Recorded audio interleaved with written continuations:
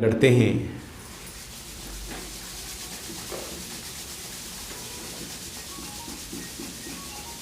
आंखों के ऊपर रख लीजिएगा,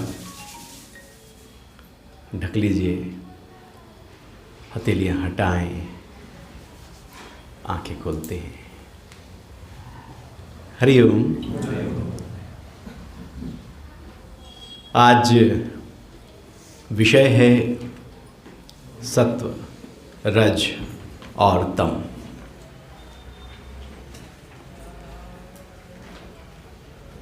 प्रकृति के 3 महत्वपूर्ण गुण जिनके आधार पर प्रकृति चल रही है, प्रकृति का निर्माण हुआ है, प्रकृति की सारी गतियां इन्हीं तीनों गुणों के आधार पर हो रही हैं। यदि हम साइंस के हिसाब से समझें तो साइंस कहता है कि पदार्थ का जो परमाणु है वो आखिर में जाकर 3 विभागों में टूट जाता है, इलेक्ट्रॉन, न्यूट्रॉन और पॉजिट्रॉन। इलेक्ट्रॉन, न्यूट्रॉन और प्रोटॉन बेसिकली यदि हम शास्त्रीय भाषा में देखें, आध्यात्मिक दृष्टिकोण से देखें और गीता और सांख्य दर्शन के अनुसार देखें तो सांख्य के ऋषि कहते हैं कि सत्व, रज और तम। प्रकृति का निर्माण इन्हीं तीनों गुणों के आधार पर हुआ। 3 गुण और 5 तत्व, पृथ्वी, जल, अग्नि, वायु और आकाश। ये 5 तत्व भी 3 गुणों के आधार पर ही गति कर रहे हैं। ब्रह्मांड में ऐसा कुछ भी नहीं है जो 3 गुणों से अलग हो, 5 तत्वों से अलग हो। हर जगह, चाहे वो इस धरती हो या ब्रह्मांड का कोई भी छोर क्यों ना हो, 3 गुण विद्यमान हैं, क्योंकि पदार्थ बना ही 3 गुणों के आधार पर है। तो जब बना ही जिसके आधार पर है तो वो तो सब जगह फैल गया, वो तो सब जगह बिखर गया। प्रकृति के हर पदार्थ में ये तीनों गुण विद्यमान हैं। चूंकि हम भी प्रकृति से ही बने हैं तो हमारे अंदर भी ये तीनों गुण पूरी तरह से विद्यमान हैं। हमारा शरीर, हमारी इंद्रियां, हमारा मन, बुद्धि, अहम भाव, हमारी सारी इच्छाएं, वासनाएं, सारी क्रियाएं, सारी गति, उठना हो या सोना, सब कुछ, जो भी कुछ हम जन्म से लेकर मृत्यु तक कर रहे हैं, सबका आधार ये 3 गुण हैं। इन 3 गुणों के आधार पर ही सब कुछ हो रहा है। हमें लगता है कि हम करते हैं, ऐसा दूर से लगता है कि हमारे द्वारा कर्म होते हैं, लेकिन असलियत में देखा जाए तो हम कुछ नहीं करते। ये 3 गुण ही हमसे कर्म करवा लेते हैं। जैसा गुण प्रकट होता है वैसा कर्म हो जाता है। तो समझने की बात है कि ये 3 गुण जो सत्व, रजस और तमस हैं, असलियत में इनका नेचर क्या है। जो सत्व है वो प्रकाश की तरह है,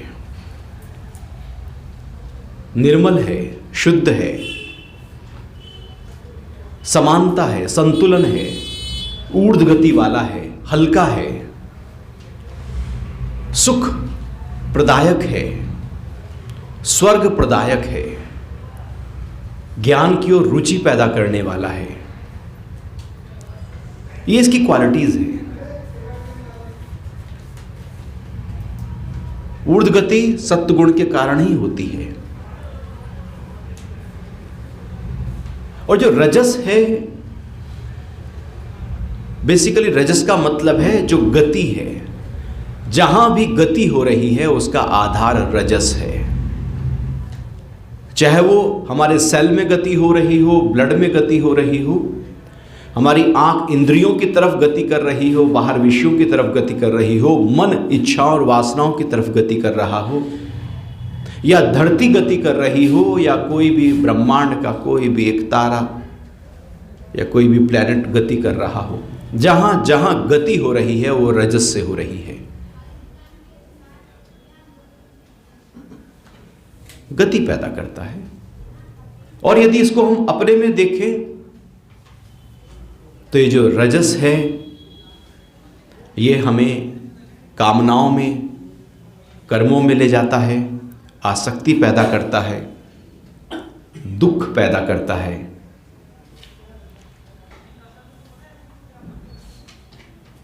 गति होने से यही जो रजस है वो जीवन की यात्रा में सहायक हो जाता है। जीवन की हर यात्रा रजस के बिना हो नहीं सकती। तो महत्वपूर्ण है रजस, चूंकि ये गति दे रहा है। लेकिन केवल गति गति होती रहे तो बात कैसे बनेगी? केवल गति हो, आप सुबह उठें और चलना ही शुरू करें और चलते ही रहें, चलते ही रहें, चलते ही रहें,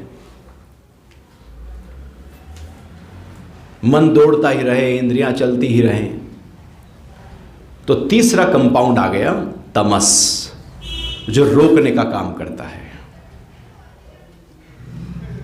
जो ब्रेक लगाता है, ठहराव देता है, स्थिरता देता है।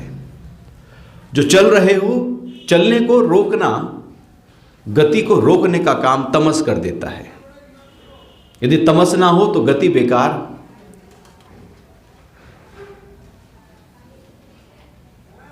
और तमस इसलिए है क्योंकि गति है। रजस गति दे रहा है और तमस उसको रोक रहा है। एक क्रियाशील है और एक ठहराव का सूचक है। यदि हम इसको अपने भीतर देखें तो ये आलस्य देता है, प्रमाद देता है, नींद देता है, मोहात्मक है,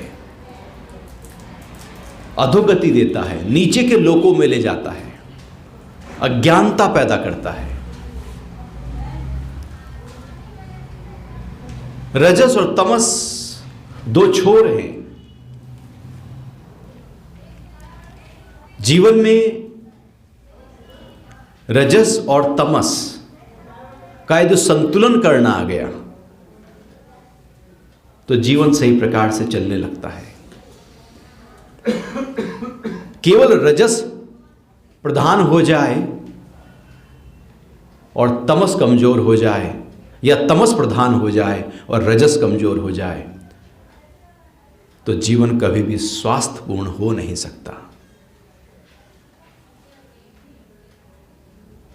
रजस और तमस का संतुलन करना यदि आ गया, यह संतुलन की प्रक्रिया सत्व है। रजस को कितना प्रयोग करना है और तमस को कितना प्रयोग करना है, कब कहां पर मध्यम मार्ग में आ जाना है, कौन सा मध्यम मार्ग हो, यह सत्व काम करता है। तो रजस, तमस और सत्व, एक तरह से यदि आप ट्रायंगल बनाएं, एक त्रिकोण बनाएं, तो नीचे तमस और रजस है और उनके बीच में ऊपर का जो कोण बना हुआ है वो सत्व है। ये सत्व रजस और तमस को बैलेंस करने के लिए, संतुलन करने के लिए, हमें ऊर्ध्व गति देने के लिए, सही प्रयोग करने के लिए और सही प्रकार से जीवन को जी जाने के लिए बड़ा महत्वपूर्ण है। क्योंकि यदि ये संतुलन आ गया तो बात बन गई। गीता में जिसको कहते हैं युक्ताहार विहार से युक्त, बुद्ध कहते हैं कि संयम, सम्यक, मध्यम मार्ग। ये मध्यम मार्ग क्या है, ये सम्यकता क्या है, ये युक्त क्या है, ये बैलेंस क्या है, ये समानता क्या है। गीता भगवान कहते हैं समत्वम योग उच्यते, समता ही योग है। ये ही सत्व है। पता लग जाए कि गति कितनी करनी है और कब ठहरना है, पता लग जाए कि नींद कितनी लेनी है और कितना मूवमेंट करना है, तो बात बन गई। मन को कितना दौड़ाना है और कहाँ ठहरा देना है, तो बात बन गई। इंद्रियों में गति कितनी चाहिए और कब उसको रोक ले, बात बन गई। जरूरत है तो गति दी, जरूरत नहीं तो वहां पर तमस के माध्यम से उसको संतुलित कर दिया हमने। तो तीनों को यदि हम समान रूप से लेकर चलते हैं तो जीवन बहुत ही सही प्रकार से जिया जाता है। हमें लगता है कि हम करते हैं, लेकिन हम नहीं करते। सो जो कुछ हो रहा है तीन गुणों के आधार पर हो रहा है। तीन गुण खुद ब खुद करते रहते हैं। हम तो एक रुचि पैदा करते हैं, बस एक भाव, एक इच्छा पैदा करते हैं। बाकी जैसी एनर्जी आप प्रोड्यूस करते हैं, बस अकॉर्डिंगली वो गुण ताकतवर होकर अपना काम शुरू कर देता है। आपने कहा सोना है, बिस्तर पर लेटे रजाई खींची, अभी आप दौड़ रहे थे, लेटे रजाई खींची नहीं कि तमस ने अपना काम करना शुरू कर दिया। चूंकि आपके अंदर एक वो भाव, वो शक्ति अब काम करने लगी जो आपको ठहराने, जो प्रमाद, जो आलस्य, जो नींद पैदा करती है। अब आप सोए या तमस ने आपको सुला दिया? तमस ना उस टाइम बढ़े तो व्यक्ति बिस्तर पर लेटा हुआ भी सो नहीं सकता, उसका मन दौड़ता ही रहेगा, मन में रजोगुण खड़ा रहेगा। यदि मन में रजोगुण खड़ा रहे तो आप सो नहीं सकते। और आप कार चला रहे हैं और तमस जाग जाए तो चलाते चलाते हम सो जाते हैं, झपकी ले लेते हैं।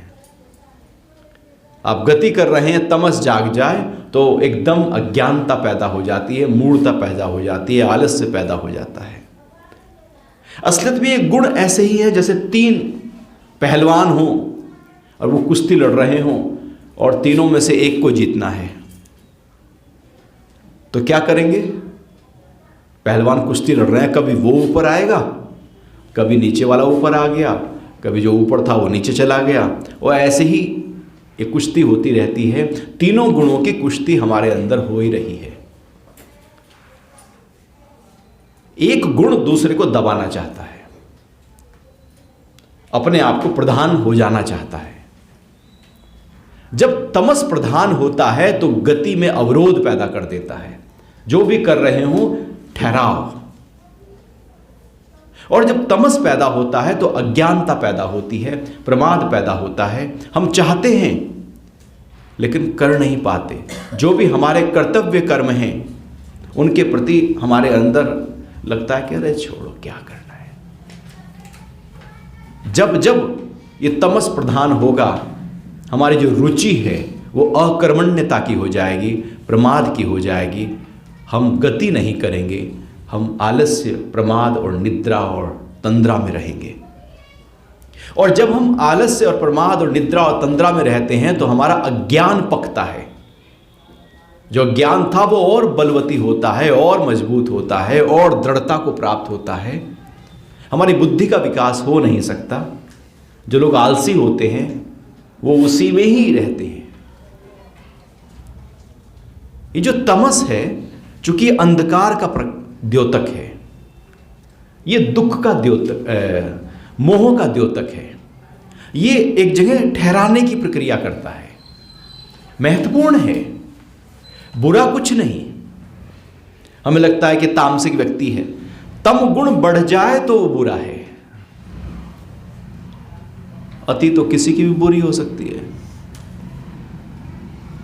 दूध बहुत अच्छा है, ज़्यादा पियो तो, प्रोटीन अच्छा है, ज़्यादा खाओ तो, आपको हरी मिर्ची खाने में बड़ी अच्छी लगती है, ज़्यादा खाओ, चीनी अच्छी लगती है, ज़्यादा खाओ। जो भी कुछ ज़्यादा करोगे, अच्छे से अच्छी औषधि भी यदि अधिक मात्रा में ले ली जाए तो विष का काम करना शुरू कर देगी। तमगुण भी कुछ ऐसा ही है, जब उसकी मात्रा से उसको संतुलन करना नहीं आए और उसकी मात्रा से हम क्रॉस कर जाएं और ज़्यादा समय तक तमोगुण में ही हमारी वृत्ति और हमारी प्रवृत्ति बनी रहे, तो वह गुण हमें अधोगति की तरफ लेकर जाता है, अज्ञान पैदा करता है, मूढ़ता पैदा करता है। बुद्धि पूरी तरह से ठस हो जाती है, जिसको कहते हैं मंद बुद्धि है ये तो भैया, इसके दिमाग तो चलता ही नहीं है, ठेठ बुद्धि। मतलब अज्ञान अभी पूरी तरह से, आप यूं समझे कि जो जीवन में कुछ भी कर नहीं पाते, आगे बढ़ नहीं पाते, उसका कारण क्या है? यही तमस है। जब जीवन में तमस बढ़ता है तो मूढ़ता बढ़ती है, और जब मूढ़ता बढ़ती है तो जैसा वो सोच लेता है, जैसा समझ लेता है, वो कहता है यही ठीक है, वो उसके बाहर निकलना ही नहीं चाहता। इतना कूप मंडूक हो जाता है वो व्यक्ति, चूंकि तमस, चूंकि अंधेरा, चूंकि अज्ञान ने अपना पूरी तरह से प्रभाव डाल दिया है। और भगवान कहते हैं गीता में कि यदि तमस में व्यक्ति है और उसकी मृत्यु होती है तो अगला जन्म उसको निचली योनियों का मिलता है। कीट पतंगे, जो अधोगति वाली योनियां हैं, मनुष्य से निचली योनियां हैं, वहां पर उसकी गति होने लगती है। जीवन का महत्वपूर्ण अंग यदि अति हो जाए तो गड़बड़ है। कार है, ब्रेक भी है, एक्सीलेटर भी है, महत्वपूर्ण है रुकना, ठहरना, लेकिन केवल ब्रेक ही ब्रेक हो तो वो जड़ कहलाता है, जड़ता कहलाती है, ठहर गया है। इसलिए मूर्ति में ठहर है, वो रुका है, गति नहीं है वहां पर। सूक्ष्म दृष्टिकोण से देखो तो परमाणु के स्तर पर गति हो रही है, लेकिन सम्यक रूप से देखो तो वहां पर गति नहीं हो रही। तो तमस हमें अधोगति की तरफ लेकर जाता है। इसलिए तामसिक प्रवृत्ति वाला व्यक्ति हमेशा घातक होता है। वो बुद्धि से काम नहीं करता, वो सारे उल्टे सीधे काम करेगा, मूढ़ता में रहेगा, अज्ञानता में रहेगा। लेकिन जो रजस है वो बड़ा महत्वपूर्ण है जीवन की यात्रा को संपादित करने के लिए। हमारे अंदर जितनी भी इच्छाएं उठती हैं और उन इच्छाओं के जो हम गुलाम बनते हैं, जब इच्छाएं उठती हैं तो और हम इच्छा पूरी करने के लिए लगते हैं तो इच्छा हमारी मालिक है और हम उसके गुलाम हैं। भाई जो इच्छा उठी उसी को तो पूरा करना चाह रहे हैं, तो कौन इच्छा पूरी कर रहा है? जो सर्वेंट है वही तो काम पूरा करेगा। तो हम बन गए गुलाम और इच्छा बन गई हमारी मालिक। तो हम पूरी इच्छा को पूरा करने में दिन रात एक कर देते हैं, गुलाम की तरह काम करना शुरू कर देते हैं। तो हमारी जितनी भी कामनाएं हैं, हमारी जो इच्छाएं हैं, वो सब रजस के कारण होती हैं। इसलिए एक इच्छा आती है, पूरी हो जाती है, फिर दूसरी आ जाती है, क्योंकि रजस तो अपना काम कर ही रहा है। वो तो गति देगा, वो तो मन को गति देगा, कोई वासना देगा, कभी काम देगा, क्रोध देगा, कुछ ना कुछ तो वो देगा। ये जो मन के ऊपर जो भी कुछ गति होकर पीछे से वासनाओं से आ रही है, वो सब रजस से हो रही है।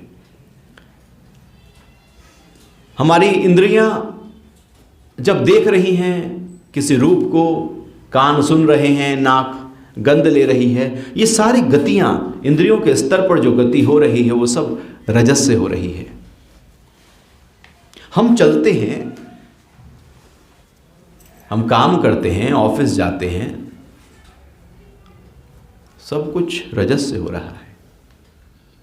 आपका हर एक्शन रजस से हो रहा है, तो महत्वपूर्ण है ना। हाथ का हिलाना महत्वपूर्ण है या नहीं है? अच्छा, हिलाते ही रहो बस। अब तमस महत्वपूर्ण है या नहीं, उसका रोकना। अच्छा, कब रुकना है और कब हिलाना है, यह भी महत्वपूर्ण है। यह सत्व करेगा। तो रजस गति देता है, और जब हम इच्छाओं में जाते हैं तो उसका परिणाम दुख होता है। इसलिए रजस दुखात्मक कहा है। जीवन का सारा दुख हमारी सब गतियों के आधार पर टिका पड़ा है। हमारा पूरा जीवन, जिन्होंने जितना जीवन जिया, आप बैठ कर देखो, इतना किया, एंड रिजल्ट क्या हुआ? क्या आनंद है, उत्साह है, उमंग है, मुक्ति का भाव है, संतोष है, उल्लास है, स्फूर्ति है, या कहीं ना कहीं दुख पड़ा है? इच्छाएं जब पैदा होती हैं, पूर्ति होती है, तो 100 में से 2 पूरी हो जाती हैं, बाकी नहीं होती। 100 में से 99 भी पूरी हो जाए और 1 पूरी ना हो तो वही दुख देगी। 99 का सुख का अनुभव का आनंद हम नहीं ले पाएंगे, एक का दुख इतना बड़ा खड़ा हो जाएगा। तो इच्छाएं एंड ऑफ द डे हमें दुख देंगी ही देंगी, क्योंकि रजस दुखात्मक है, मिलेगा ही दुख। इसलिए गीता में भगवान कहते हैं संसार दुखमय है, बुद्ध कहते हैं दुखमय है, पतंजलि कहते हैं दुखमय है, क्योंकि गति है यहाँ पर मन के स्तर पर इच्छाओं और वासनाओं की, तो दुख तो पैदा होगा ही। और यदि इच्छाओं में हम न जाएं तो दुख किस बात का, या कौन सी इच्छा कब कितनी में जाएं वो आवश्यकता बन जाती है। जब इच्छाओं पर अंकुश लगा दिया जाता है सत्व का, तो इच्छा न होकर आवश्यकता हो जाती है। रजस दुखात्मक है, हमेशा दुख देगा, ये गति देगा, और इसकी यदि गति अति हो गई तो गड़बड़ है। आप चले जा रहे हैं, आप वॉक कर रहे हैं, आपको आधा घंटा वॉक करनी थी, आपने और ज़्यादा किया। अब रोज़ ज़्यादा ही गति कर रहे हैं तो आपके घुटने नाराज हो जाएंगे या नहीं हो जाएंगे? थकान हो जाएगी, कमजोरी आ जाएगी। आप ज़्यादा काम करो, काम करते ही रहो, गति देते ही रहो। आप आंखों से बस देखते ही रहो, दिन भर देखते रहो। आंखें कहेंगी अरे भैया बहुत हो गया, अब आंखें बंद करने की इच्छा हो रही है। आंखें बंद करने की इच्छा को नींद कहते हैं। कान अब सुनना नहीं चाह रहा है कोई शब्द, रात हो गई है। कानों को शब्द से विड्रॉ करने की प्रक्रिया मतलब तमस हो रही है। वो अब जीभ खाना नहीं चाह रही, गति नहीं करना चाह रही, वो कह रही है बस हो गया ना। अब वो तमस पैदा हो रहा है, वहां पर ठहराव, एक अवरोध पैदा हो रहा है। तो महत्वपूर्ण है रजस और महत्वपूर्ण है तमस। तो रजस ये दुखात्मक है, दुख दे रहा है, लेकिन गति भी दे रहा है और जीवन के स्वास्थ्य को चलाने में महत्वपूर्ण भूमिका निभा रहा है। रजस ना हो तो जीवन में गति ना हो, और गति ना हो तो फिर तो मृत्यु में और जीवन में कोई अंतर रहा ही नहीं। मृत्यु मतलब अब रजस नहीं रहा, केवल तमस ही तमस रह गया स्थूल रूप से। सत्व भी नहीं रहा, केवल तमस रह गया तो मौत समझो। जीवन मतलब रजस थोड़ा बढ़ा हुआ है, लेकिन उसका संतुलन सही प्रकार से होना आना चाहिए। इंद्रियों में कितनी हम अपनी जान डालें, एनर्जी दें, शक्ति दें, ये पता होना चाहिए। रजस से सब इंद्रियां दौड़ रही हैं, मन दौड़ रहा है, मन सोच रहा है, संकल्प कर रहा है, विकल्प कर रहा है, बुद्धि निर्णय ले रही है, सब काम हो रहे हैं रजस से हो रहे हैं।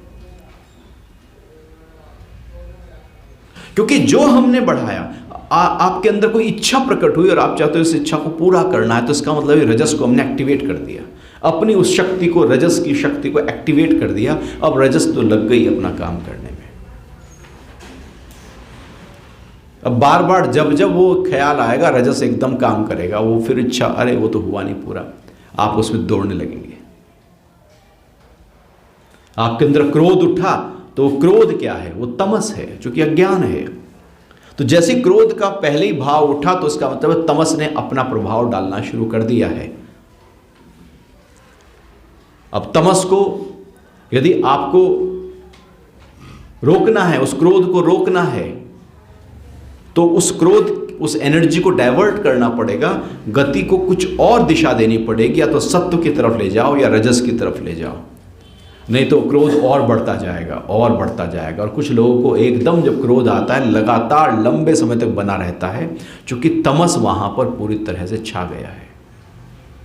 कुछ लोग जिद में हैं, मूढ़ता में हैं और वहां से निकल ही नहीं पा रहे हैं, गहरे डिप्रेशन में, अवसाद में चले गए हैं।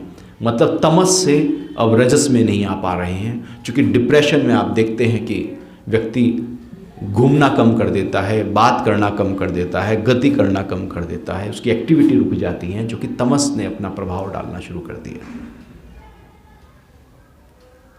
कभी कभी मन बहुत प्रसन्न है, लेकिन अचानक कुछ मन में ऐसा घट जाता है कि आप एकदम मायूस होने लगते हैं, नीचे की तरफ हो जाते हैं। मतलब तमस ने, वो जो पहलवान था तमस वाला, वो एकदम ऊपर आ गया, उसने दबा दिया सत्व को नीचे। रजस नंबर 2 पर है, सत्व सबसे नंबर नीचे है और अपने आप ऊपर चढ़कर बैठ गया। तो जब तमस ऊपर होता है और सत्व नीचे होता है और रजस उसके नीचे होता है, तो कई बार तमस से आप उठे, रात को नींद आई तमस के कारण से, जागना हुआ सत्व के कारण से, और फिर गति कर रहे हो रजस के कारण से। सत्व से जागना हुआ, जागृति हुई, लेकिन हमने कहा अरे और सो जाते हैं। फिर हमने क्या किया, उस टाइम क्या हुआ, तमस फिर से जो पहलवान था वो ऊपर आ गया, उसने सत्व को फिर दबा दिया। और यदि उस समय आंख खुली और आपने कहा रजाई को ये गई, आप एकदम पैर नीचे रखे, चप्पल पहने और एकदम बाथरूम में गए या गति करी, रजस आपने पैदा कर दिया। अब जैसे ही रजस पैदा हुआ, जो तम वाला पहलवान था सबसे नीचे चला गया। गति करते ही तम खत्म है, रजस आते ही तम गुण अब नीचे आ गया। लेकिन हम किसको महत्व दे रहे हैं, ये बड़ा महत्वपूर्ण है। वही एनर्जी हमारे अंदर जाग जाती है, वही कार्य करती है। असलियत में हम नहीं करते, वो एनर्जी काम कर रही है। हमें लगता है कि हम कर रहे हैं, लगता है कि क्रोध हम कर रहे हैं, लेकिन वो तो तमस से हो रहा है। लगता है कि इच्छाएं हम पैदा कर रहे हैं, लेकिन वो तो इच्छा का प्रारंभ किया था हमने, लेकिन वो इच्छाएं तो रजस से हो रही हैं, हम थोड़ी कर रहे हैं। अर्जुन पूछ रहे हैं ये कौन करा लेता है, बलात् कौन कर लेता है। मैं नहीं चाह रहा हूं कुछ करना, लेकिन फिर भी मेरे अंदर से ऐसा क्या है जो करा लेता है। भगवान कह रहे हैं ये तू नहीं कर रहा, डोंट वरी। ये रजस तमस और सत्व अपना अपना खेल कर रहे हैं, गुणों में बरत रहे हैं। हे अर्जुन, तू कुछ नहीं करता, तू अकर्ता है। तुझे लगता है कि तू करता है, लेकिन तू नहीं करता। ये गुण तेरे अंदर से करा रहे हैं, और जैसा गुण प्रकट होता है और जिसको तू ताकत देता है, वो गुण अपना काम, अपना खेल करना शुरू कर देता है। तो जो रजस है वो गति दे रहा है, और जब गति, और केवल गति हो, रुकना हो और उसमें संतुलन ना आए, तो फिर गड़बड़ा गया मामला। इसलिए सत्व गुण बड़ा महत्वपूर्ण हो जाता है, क्योंकि ये ज्ञान का प्रतीक है, क्योंकि ये प्रकाश और निर्मलता का प्रतीक है, क्योंकि ये सुख का प्रतीक है, क्योंकि ये ऊंचाइयों में उठाने का प्रतीक है, जीवन को और ऊंचा ऊंचा और ऊंचा करने में मदद करता है, क्योंकि ये संतुलन देता है। सत्वगुण जब प्रकट होता है तो हमारे अंदर हमारी जो वृत्ति है, हमारी जो प्रवृत्ति है, वो अच्छे कर्मों की तरफ होने लगती है, शुभ कर्मों की तरफ होने लगती है। हम ध्यान की तरफ बढ़ते हैं, सत्संग की तरफ बढ़ते हैं, आत्म जागृति की तरफ बढ़ते हैं, पुण्य कर्मों की तरफ बढ़ते हैं। अच्छी तरह से हम जो शुभ चीज़ें हैं उनकी तरफ ऊर्ध्व गति करने लगते हैं, और ये हमारे अंदर एक संतुलन देता है। बुद्धि में यदि संतुलन आ गया तो जीवन की दिशा और दशा ही पूरी तरह से बदल जाती है। संतुलन रहित व्यक्ति किसी भी क्षेत्र में आगे बढ़ नहीं सकता। संतुलन है तो गति सही है और ब्रेक सही समय पर लग रहे हैं। ड्राइवर अच्छा हो तो कार अच्छी चलेगी। आप पूरी तरह से अवेयर हो तो आप सही प्रकार से चलेंगे। कब रुकना है और कब चलना है आपको पता है, और आपका ही ध्यान कहीं और हो तो हम गिर जाते हैं, लड़खड़ा जाते हैं। वो सत्व है जो दोनों को संतुलन करके हमारे जीवन की यात्रा को आगे बढ़ा रहा है। सत्व ज्ञान का प्रतीक है। भीतर की यात्रा और अंतर्मुखी यात्रा में ये मदद करता है।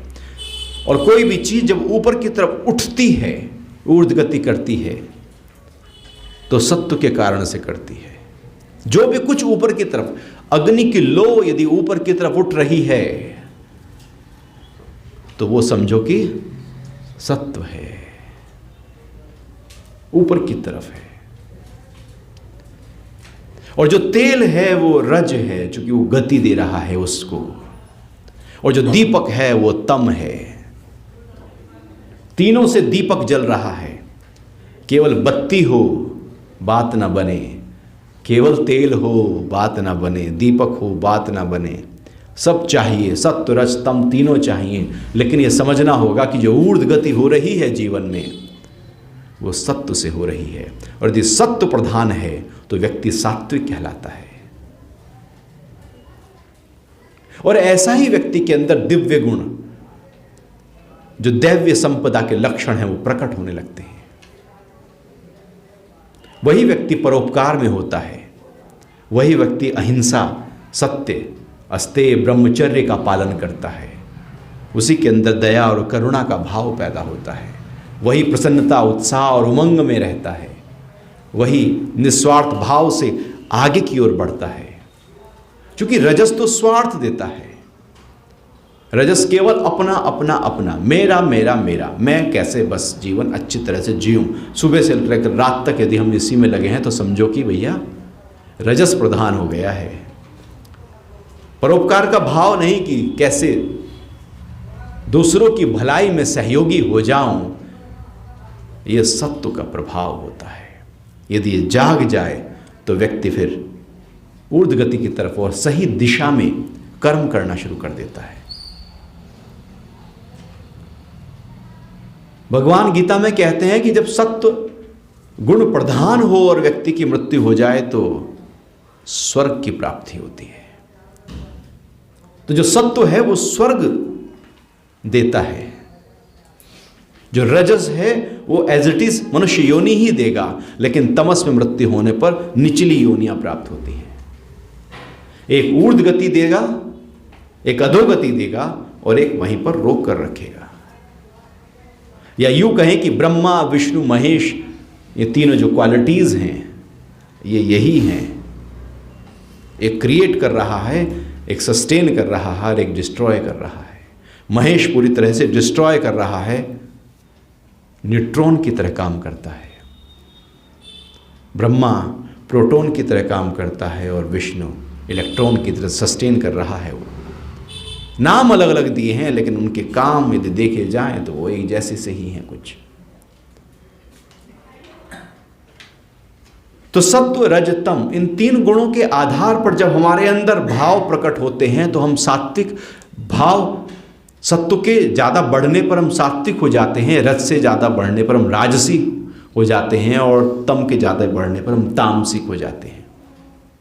जो तामसिक ज़्यादा है उसको असुर कहा है, सात्विक होने पर देव कहा है, और रजस मनुष्य है। तो हम मनुष्य में रहते हुए देवत्व को कैसे प्राप्त हो कि सत्व गुण की जो क्वालिटीज हैं, जो ज्ञान है, प्रकाश है, निर्मलता है, सुख है, ईश्वर प्रणिधान है, प्रार्थना है, समर्पण है, स्वीकार है, ये सारी क्वालिटीज के साथ जब जीवन जीते हैं तो सत्वगुणी हो जाते हैं। इसी के आधार पर गीता में भगवान यज्ञ, तप और दान भी सात्विक, राजसिक और तामसिक हो सकते हैं। श्रद्धा भी सात्विक, राजसिक और तामसिक हो सकती है।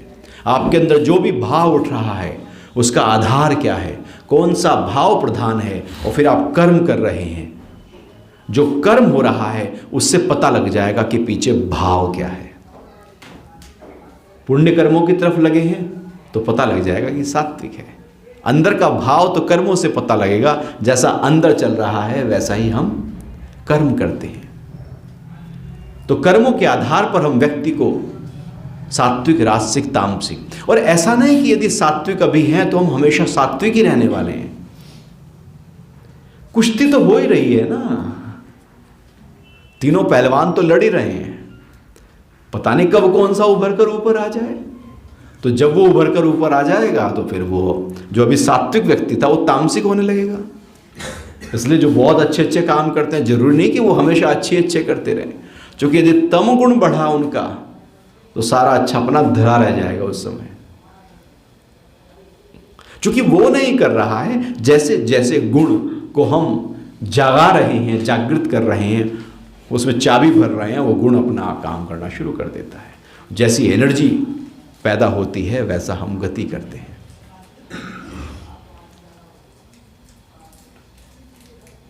तो हे अर्जुन, तू कुछ नहीं करता, ये तीनों गुण तेरे से करा रहे हैं और तू कठपुतली की तरह काम कर रहा है और तुझे लगता है कि तू कर रहा है लेकिन तू नहीं कर रहा। अच्छा ठीक है, यदि हम कहें इस शरीर में तो हम कर रहे हैं, लेकिन बाहर प्रकृति में कौन कर रहा है? प्रकृति में भी सब कुछ हो रहा है या नहीं हो रहा?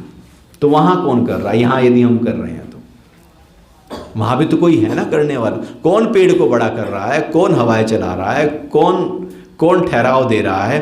कौन धरती की तरफ ग्रेविटी फोर्स के कारण से सब चीजों को नीचे की तरफ गिर रहा है? कौन अंधकार पैदा कर रहा है? कौन प्रकाश पैदा कर रहा है?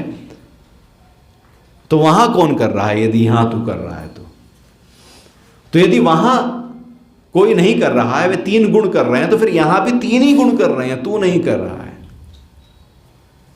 और हमारा यह ज्ञान होता है कि मैं कर रहा हूं, जब हम ये कहते हैं कि मैं कर रहा हूं, बस यही बांध देता है और यही मोहर लगा देता है कि तूने किया। यदि पक्का हो जाए कि गुण गुणों में बरतते हैं, हे अर्जुन तू कुछ नहीं करता, तो फिर कर्मों के फल में हम नहीं बंधते। हम बंधते हैं चूंकि मैंने कहा मैंने किया। ना कहो मैंने किया, मुकर जाओ पूरी तरह से और रियलिटी में आ जाओ। आप अपने आत्म भाव में आ जाओ। शरीर गति करेगा, इंद्रियां गति करेंगी, मन गति करेगा, लेकिन आप आत्मस्थिति में हो। तो क्या आत्मस्थिति में आने पर सत्व रज तम तीनों काम नहीं करेंगे? वो तो पूरी तरह से प्रकृति बंधी है, उनमें तीनों फाउंडेशन है। शरीर काम करेगा, मन काम करेगा, सब कुछ होगा, लेकिन मेरा जो कर्ता भाव था वहां से मैंने उसको विड्रॉ कर लिया और मैं अपने आत्म स्वरूप में आ गया, आत्म भाव में आ गया। अब सब कुछ कर रहे हैं, हे अर्जुन तू सब कुछ कर, मेरा स्मरण कर, तू अपने भाव में टिक। फिर सब कुछ करने का फल तेरा नहीं होगा। यदि तेने कहा मैंने किया तो ठीक है, तेने किया, अब तू भुगत, चूंकि तेने किया। करते हो आप प्रभु जी, मेरा नाम हो रहा है, मैं नहीं करता। सब कुछ वो कर रहा है, इसलिए कहा है वो कर रहा है। एक्चुअली वो नहीं कर रहा, प्रकृति की फाउंडेशन ऐसी है, उसका डिजाइन ऐसा है, उसकी रचना के समय कि 3 गुण अपने आप अपना खेल करते ही रहेंगे। ऑटोमेटिक मोड पर सब कुछ पूरी प्रकृति चली गई है और 3 गुणों की जो एनर्जी है वो अपना खेल, जैसे जैसे जो गुण बढ़ता है वो अपना काम करा लेता है। तो यहां कौन कर रहा है? आप सुबह को सो के उठते हैं क्या? आप तो सो रहे थे। यदि आप सो रहे थे तो आप तो सो ही रहे हैं ना, उठाया किसने आपको? आप तो सो रहे हैं ना, सोते ही रह जाए, कोई तो है जागा हुआ। तो एक्चुअली आप नहीं सो रहे हैं। तम गुण इतना बढ़ गया है कि उसने रजस और तमस को दबाकर पूरी तरह से अपना कब्जा कर लिया है। ऐसे हाथ पैर पकड़े हैं सतस और रजस के कि वो उठ नहीं पा रहे हैं, चारों खाने चित्त हैं और 8 घंटे चारों खाने चित्त किया हुआ है और तमस पूरी तरह से एक्टिव है वहां पर। लेकिन यदि रजस नंबर 2 पर आ गया नींद के समय, तो स्वप्न चल रहे हैं, क्योंकि रजस भी तो अपना कभी कभी हाथ ऊपर निकाल रहा है। तो फिर आपका मन गति करना शुरू कर दिया, और चेतन मन गति कर रहा है, मतलब सूक्ष्म रूप में रजस अपना खेल कर रहा है। और वैसे भी सूक्ष्म रूप में रजस तो अपना खेल ब्लड में गति के कारण से कर ही रहा है। मरा थोड़ी है वो तो है, दबा है, जिंदा है, खत्म थोड़ी हुआ। तो रजस तो अपना काम कर ही रहा है, सत्व भी कर रहा है अपना काम, चूंकि वो है, डोमिनेट नहीं कर रहा। अभी वो राजा नहीं बना है, अभी तम राजा बना है। और जब आप गति कर रहे होते हो, कोई स्पोर्ट्स एक्टिविटी कर रहे होते हो, अब जो तमस है वो दबा हुआ है, अब रजस राजा बना बैठा है। और आप सत्संग में आए हो तो फिर, लेकिन यदि यहां बैठे बैठे नींद आ जाए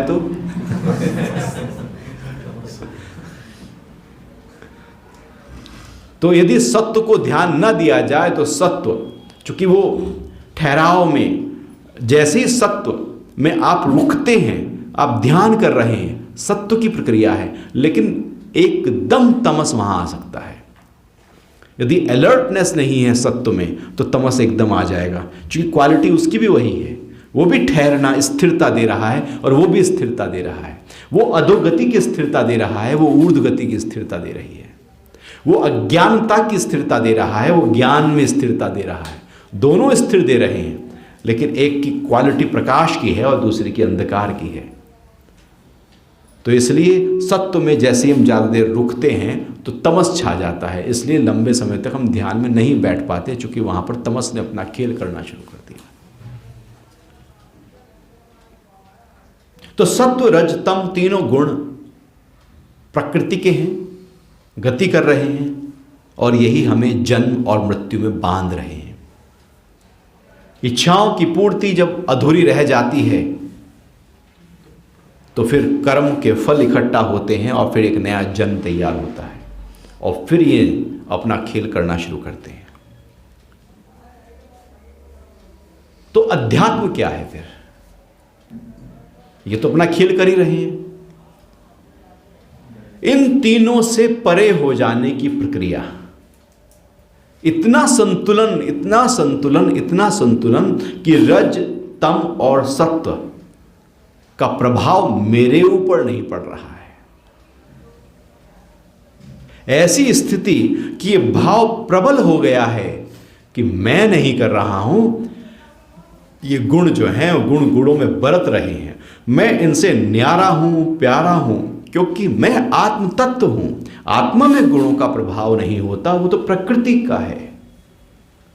यदि हम प्रकृति के स्तर पर काम कर रहे हैं तो तीनों गुण अपना खेल कर रहे हैं, लेकिन यदि हम ऊंचे स्तर पर चले गए, और वो तब होगा जब हम सत्व गुण को प्रदान करेंगे। सत्व गुण को प्रदान कर कर ही हम उसका उल्लंघन कर सकते हैं तीनों गुणों का। सबसे नीचे तम है, रजस है और सत्व है। यदि हमने सत्व गुण को प्रदान नहीं किया तो हम अध्यात्म की यात्रा में अपने स्वरूप में टिक नहीं सकते। कुछ लोग ऐसे होते हैं जो सत्व गुण में फिर रमने लगते हैं और वहां से ऊपर नहीं उठ पाते, क्योंकि सत्व गुण भी जंजीर है सोने की, जिसमें हीरे की नक्काशी हुई हुई है, बांध रही है वो भी। कुछ लोग हैं जो पूजा पाठ में रत रहते हैं, मंदिर जाएंगे, ये करेंगे, वो करेंगे, सत्व गुण में हैं, बस उससे बाहर नहीं निकल पा रहे हैं। तो क्या सत्वगुण उनको बांध नहीं रहा है? वो गुण भी बांध, चूंकि उसका नाम ही है गुण।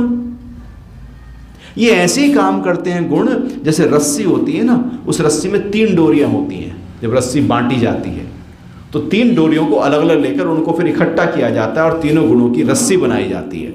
उनको लपेटा जाता है और वो मजबूत हो जाती है। सांख्य ये उदाहरण दे रहा है। और वो जो रस्सी है फिर बांधने का काम करती है, क्या मजबूत बांधती है। तो तीनों गुण भी इसी तरह से होते हैं। तो सत्व को प्रदान कर लो, लेकिन बंध तो गए गुण में ही ना। ठीक है, ऊंचा बंधन है, लेकिन है तो बंधन।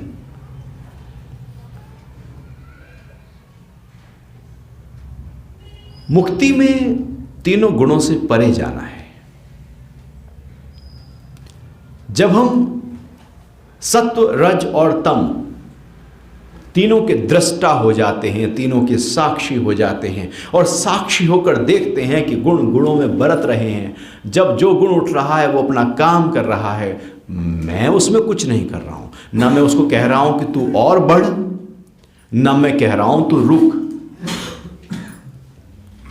इच्छा उठी, अब आपने ये कहा ही नहीं कि तू बढ़, तो इच्छा क्या करेगी?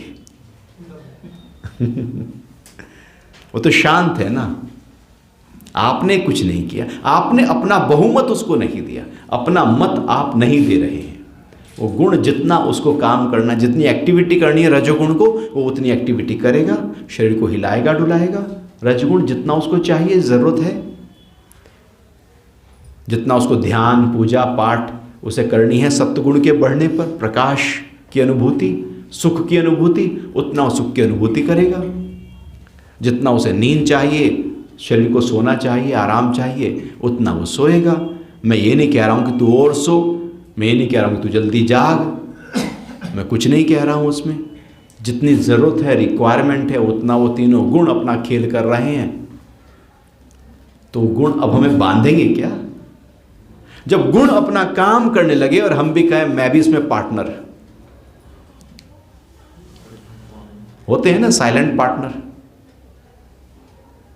स्लीपर पार्टनर नहीं होते, वो केवल इन्वेस्ट कर देते हैं, भैया काम हम नहीं करेंगे, हमें परसेंटेज थोड़ा ही दे देना, 10-20% ठीक है, बाकी 80% तुम रखो, हमारा केवल इन्वेस्टमेंट है इसमें। एक्टिव पार्टनर नहीं होते, वो साइलेंट पार्टनर होते हैं। तो ऐसे ही एक्टिव तो ये हैं 3 गुण, लेकिन हम कहते हैं चलो पार्टनरशिप कर लेते हैं। अब उसका जो लॉस होगा वो जो साइलेंट पार्टनर है उन पे भी होगा या नहीं होगा? जो प्रॉफिट होगा, तो जो पाप होगा वो भी उस पे होगा, तो पुण्य होगा वो भी उसका भागीदार। तो हम खुद ही भागीदार बन जाते हैं जबरदस्ती। आ बैल मुझे मार, नहीं मारता सींगड़ा। तीनों गुण अपना काम परफेक्टली कर रहे थे, हम कह रहे नहीं मैं भी इसमें शामिल हो गया, चल तू भी हो जा शामिल भाई। ऐसे होता है सड़क पर लोग लड़ रहे हैं और हम कहें चलो हम भी बीच बचावा करते हैं, वे दोनों तो छोड़ देते हैं और हम ही पकड़ लेते हैं। हम कुछ हर जगह घुसने की आदत है ना, क्योंकि वृत्ति ऐसी है, उन तीनों गुणों की जो गति हो रही है वहां पर भी हम अपना टांग अड़ा देते हैं।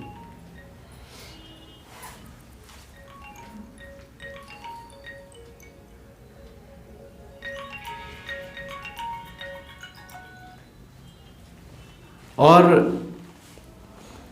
क्या होता है कि फिर हम बंध जाते हैं। ये 3 गुण बांधते हैं और कोई नहीं बांधता। अध्यात्म है तीनों गुणों से परे जाने की प्रक्रिया। जैसे ही आप आत्म भाव में आओगे, तीनों गुणों का प्रभाव हम पर नहीं होगा। सत्व गुण भी नहीं चाहिए, वो भी बांध रहा है, वो भी रस्सी का एक हिस्सा है, ऊंचा है, बेहतर है, अच्छा है, लेकिन बांध रहा है। परमात्मा की प्राप्ति के लिए जो यदि ट्रायंगल बनाया जाए, त्रिकोण बनाया जाए सत्व रज तम का, तो इन तीनों के बीच में यदि आप बैठ जाओ, समता के भाव में आ जाओ, जहां पर मट्टी सोना एक हो जाए, जहां पर सुख और दुख एक हो जाए, जहां सुख दुख और मोह का प्रभाव आप पर ना हो, जहां पर ज्ञान से भी आप ऊपर उठ जाएं। सत्वगुण ज्ञान पैदा करता है, लेकिन ज्ञान ही मुक्ति का सबसे बड़ा रुकावट बनकर खड़ा हो जाता है, क्योंकि वो सत्वगुण से पैदा हुई थी। तो जब हम इन तीनों गुणों का जो प्रभाव है, उसका असर जब हम पर होना बंद हो जाता है, या हम पूरी तरह से साक्षी होकर, अवेयर होकर इन सबको ऐसे देखते रहते हैं, तो उसका प्रभाव हम पर नहीं होता। और वही यात्रा जो है वो अध्यात्म की यात्रा है। गुणों में बरत रहे हैं, लेकिन हम अपना उसमें शेयर स्टेक न दें। ये तब होगा जब हम ध्यान और ईश्वर प्रणिधान की ओर बढ़ जाएंगे, ईश्वर के प्रति पूरी तरह से समर्पित हो जाएंगे, और ये पक्का कर लेंगे कि जो हो रहा है उसकी कृपा से हो रहा है, जो भी कुछ घटता है उसी से घटता है। कहावत है ना कि परमात्मा के बिना एक पत्ता भी नहीं हिलता। तो जब ये पक्का हो जाए कि सब कुछ उसी से हो रहा है, मैं कुछ नहीं हूं, इतना सरेंडर, इतना समर्पण का भाव प्रकट हो जाए, तो समझो कि तीनों गुणों का प्रभाव से हम बच गए हैं। भूख लगी शरीर को, भोजन, थकान हुई आराम, ज्यादा सो लिए तो एक्टिविटी, उसमें आप क्या कर रहे हैं? शरीर अपने आप कर्म करा रहा है। आप सुबह को जब तमगुण रात को हो गया, सत्वगुण आपने यूज कर लिया, अब रजोगुण यूज करना है, इसलिए आपको छटपटाहट होती है, चलो कहीं बाहर चलो, घूम के आओ, ऑफिस जाओ, घर में बैठे बैठे आप सोओगे। यदि रजोगुण को आपने ध्यान नहीं दिया तो तमोगुण आएगा ही आएगा। इसलिए सैटरडे संडे जब छुट्टी होती है तो लोग थोड़ा ज़्यादा ही सो जाते हैं, क्योंकि रजोगुण की वहाँ पर जो मात्रा है उसको यूटिलाइज नहीं किया जाता, और तमोगुण और प्रधान हो जाता है। तो सत्व, रज और तम तीनों गुण प्रकृति का फाउंडेशन है और हम पुरुष हैं। मैं पुरुष परमात्मा हूं, गुण मेरे कंट्रोल में हो, मैं गुणों के कंट्रोल में ना हूं, मैंने उनको काबू किया हो, उन्होंने मुझे काबू ना किया हो। मैं मायापति हूं और तीनों गुण माया हैं। तो जब मायापति का भाव प्रबल हो जाए तो माया अपना खेल नहीं रचती। माया क्या है? ये तीन गुण ही सब कुछ हमसे करा रहे हैं। तो जब हम ध्यान और ईश्वर प्रणिधान में पूरी तरह से अपने को समर्पित कर देते हैं और ये भाव प्रबल हो जाता है और जो कुछ घटा है स्वीकार भाव आ जाता है और प्रार्थना और भक्ति पूरी तरह से प्रबल हो जाती है। क्योंकि तीनों गुणों से परे जाने का रास्ता ईश्वर प्रणिधान से होकर जाता है, प्रत्यक्ष चेतना से होकर जाता है।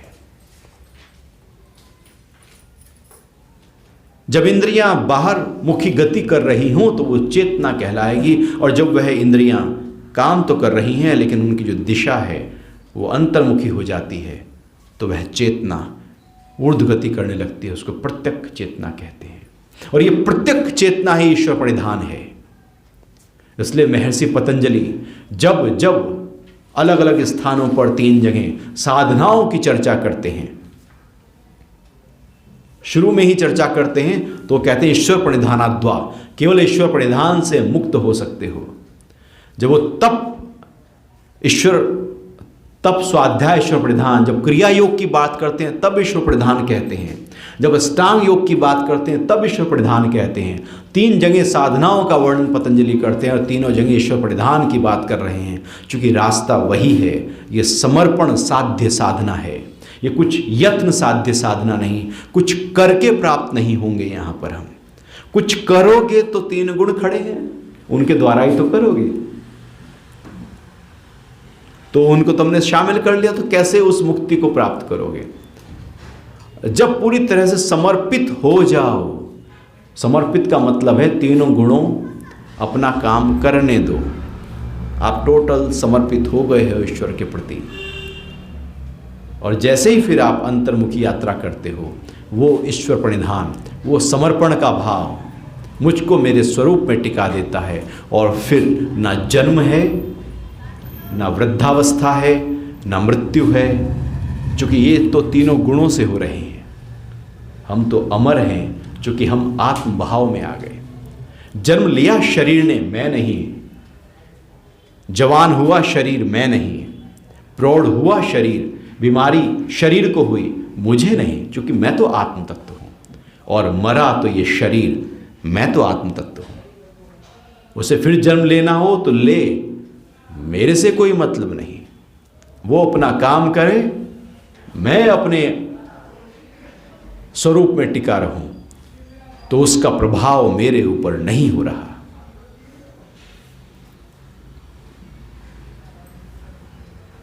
तो तीनों गुणों से ऊपर उठने के लिए, चूंकि प्रकृति त्रिगुणा कहा है, त्रिगुणात्मिका, और पुरुष को गुणातीत कहा है। तीनों गुणों से जो अतीत है, त्रिगुणातीत। 3 गुण जहां पर अपना काम करते ही नहीं हैं, ब्रह्मा विष्णु महेश अब तीनों काम करना बंद कर रहे हैं और व्यक्ति ब्रह्म के भाव में आ गया है। ब्रह्मा नहीं, ब्रह्म के भाव में आ गया। तीनों इलेक्ट्रॉन, न्यूट्रॉन, प्रोटॉन अब कोई उसका असर नहीं डाल रहे हैं। जो हो रहा है, जैसे आकाश में, धरती पे कुछ भी घटे फर्क नहीं पड़ता। आकाश को फर्क नहीं पड़ेगा आत्मा को कि ये शरीर बूढ़ा हो या स्वस्थ हो, या इसकी मौत हो या इसका जन्म हो। आत्मा में जो टिका हुआ साधक है वो तो हर पल उसी भाव में एकदम आनंदित है। सत चित्त और आनंद के भाव से ओत प्रोत है, वही मुक्ति है। पतंजलि इसको कैवल्य कहते हैं। कहीं मोक्ष कहा है, कहीं शून्य कहा है, कहीं ब्रह्म प्राप्ति कहा है। अर्थात जब तीनों गुण अपना काम करना बंद कर दें, काम तो वो करेंगे लेकिन मैं उससे हट जाऊं, और इसी भाव को हमें लाना है।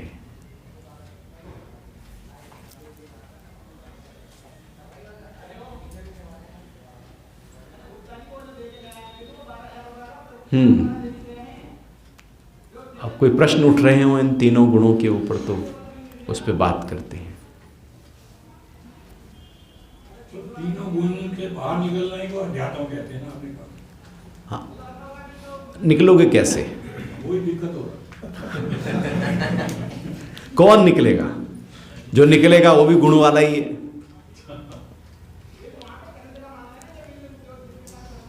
निकलना नहीं है, टोटल समर्पण कर दो। आप निकले हुए ही हो, पहले से ही निकले हुए हो। एंटर तो हम करते हैं। गुण अपना काम कर रहे थे, हमने कहा चलो। तो हम जब उसमें जाते हैं, उतरते हैं, इच्छा तो हमने पैदा की, क्रोध, काम, लोभ हमने पैदा किया, हटा दो उसको। आप अपने भाव में आ जाओ, तीनों गुण अपना काम करने दो। ये तब होगा जब समर्पित हो जाओगे उस दिव्यता के प्रति। और किसी भी गुण को जब वो प्रकट हो रहा है तो ना रोक रहे हो ना उसको गति दे रहे हो, वो जैसा कर रहा है उसको वैसा होने दो। जब आप सत्व गुण को संतुलित होकर पूरी समानता के साथ में, सत्व गुण ऐसे ही है जैसे तराजू है, एक पलड़ा तम का है, एक पलड़ा रजस का है, और जो बीच में जो डंडी है वो सत्व है। जब दोनों पलड़े पर भार इक्वल हो जाए और डंडी पूरी तरह से बीच में आ जाए तो समझो कि तीनों गुण संतुलित हो गए हैं, सही प्रकार से गति कर रहे हैं। मतलब आपका जीवन परफेक्टली चल रहा है। और यदि एक तरफ तराजू का पलड़ा भारी हो जाए तो ऊपर वाला हल्का हो गया, डंडी भी तिरछी हो गई, अब तीनों बदल गए हैं। जो कोण था, ट्रायंगल था, वो हिल गया है। अब जीवन में कहीं कुछ गड़बड़ है। जब ये तीनों समान रूप से हो जाएं, सत्व, रज और तीन तम समान रूप से हो जाएं, संतुलित हो जाएं, समता में आ जाएं, अब इनसे ऊपर उठा जा सकता है। इनको गड़बड़ा कर नहीं उठा जा सकता। ऐसा नहीं होगा कि आपने रज गुण को तो गति दे दी और अब कहा अब मैं इससे न्यारा प्यारा। पहले तो कहा नहीं, तंद्रा ठीक है, निद्रा ठीक है, आलस्य ठीक है, मोह ठीक है, अज्ञान ठीक है, और फिर को मैं इससे न्यारा प्यारा। तम गुण को बढ़ा दिया, अब न्यारा प्यारा कैसे? संभव नहीं। इनको जब तक संतुलित ना कर लो तो जीवन यदि संतुलित करने में लग जाए तो बहुत अच्छा है, क्योंकि यदि संतुलित हो जाए तो इनसे उठना फिर बहुत आसान है। कोई देर नहीं, एक क्षण में हो सकता है, एक पल में हो सकता है। और जीवन की सारी क्रियाएं एक पल में ही तो होती हैं। जन्म कितनी देर में होता है? एक वायरस अटैक करता है, कितनी देर में कर लेता है? एक मलेरिया का मच्छर कितनी देर में काट लेता है? कट से एकदम एक पल में। अच्छा, मौत कितनी देर में होती है? सब कुछ यहां पलों में ही होता है, घंटों में यहां कुछ नहीं होता, एकदम होता है। तो जब ये तीनों गुण आपने बैलेंस कर लिए तो त्रिगुणातीत की जो स्थिति है वो एक पल में हो सकती है, जिसको अष्टावक्र गीता में बोला है कि फूल तोड़ने में देरी नहीं। जितना देर फूल तोड़ने में लग रही है उससे जल्दी आप मुक्त भाव में हो सकते हो, क्योंकि आपने गुणों को पहले से ही बैलेंस किया हुआ है। आप उठ सकते हो ऊपर, लेकिन यदि गुण ही बिल्कुल बिखरे पड़े हैं और फिर लगो आप उनको समेटना और उठना, तो बड़ा मुश्किल है। इसलिए सबसे पहले चरित्र का निर्माण किया जाता है, संस्कारों को व्यवस्थित किया जाता है, दिनचर्या को बैलेंस किया जाता है, व्यवस्थित किया जाता है, खान पीन को ध्यान दिया जाता है कि सत्व, रज, तम तीनों में क्या हमने प्रधानता दी है, अपने कर्मों को देखा जाता है, सब कुछ में किस तरह से बैलेंस बनाना है वो देखना होगा। जब जीवन पूरी तरह से संतुलित हो जाए सत्व रज और तम के आधार पर, अब आप जब ध्यान में उतरोगे, समर्पित भाव में जाओगे, तो आपने गुणों को तो परफेक्ट किया है। आपको कहीं बाहर घूमने जाना है 15-20 दिन के लिए, तो उससे पहले आप सारी तैयारी करते हो या नहीं करते कि घर में करके जाते हो या नहीं जाते? बिजली पानी, किसी का आना है, किसी का जाना है, किसी का पेमेंट है, सब तैयारी। स्विच भी बंद करके जाओगे, नलके भी बंद करके जाओगे, खिड़की भी बंद करके जाओगे, इन्फॉर्म भी करके जाओगे, सब व्यवस्था करोगे या नहीं करोगे? अच्छा व्यवस्था ना करो, ताला भी नहीं लगाया आपने और चल दिए। अब आपकी यात्रा में ताला ही पड़ा रहेगा, यार ताला नहीं लगाया, कुंडा ही पड़ा रहेगा। इसको कहोगे, पड़ोसी को कहोगे भाई तू पहुंच जा, किसी को बोलोगे तू चला जा रहने के लिए, यात्रा हो पाएगी? हो ही नहीं सकती। आप यात्रा कर रहे हैं लेकिन आप पड़े तो वहीं पर हैं।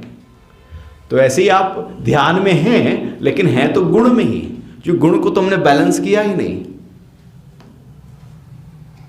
अभी काम यदि पेंडिंग छोड़ के आप यहां सत्संग में बैठे हैं तो मन में तो काम ही पड़ा है, जल्दी से चलें और काम करें भैया। तो आप सत्संग नहीं हो, आप तो वहीं पर कर्म में हो।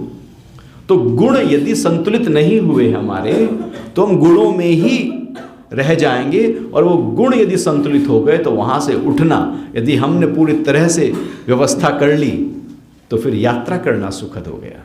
फिर मुड़कर आप अपनी तरफ, घर की तरफ याद भी नहीं करोगे कि वहां पर कुछ गड़बड़ है क्या।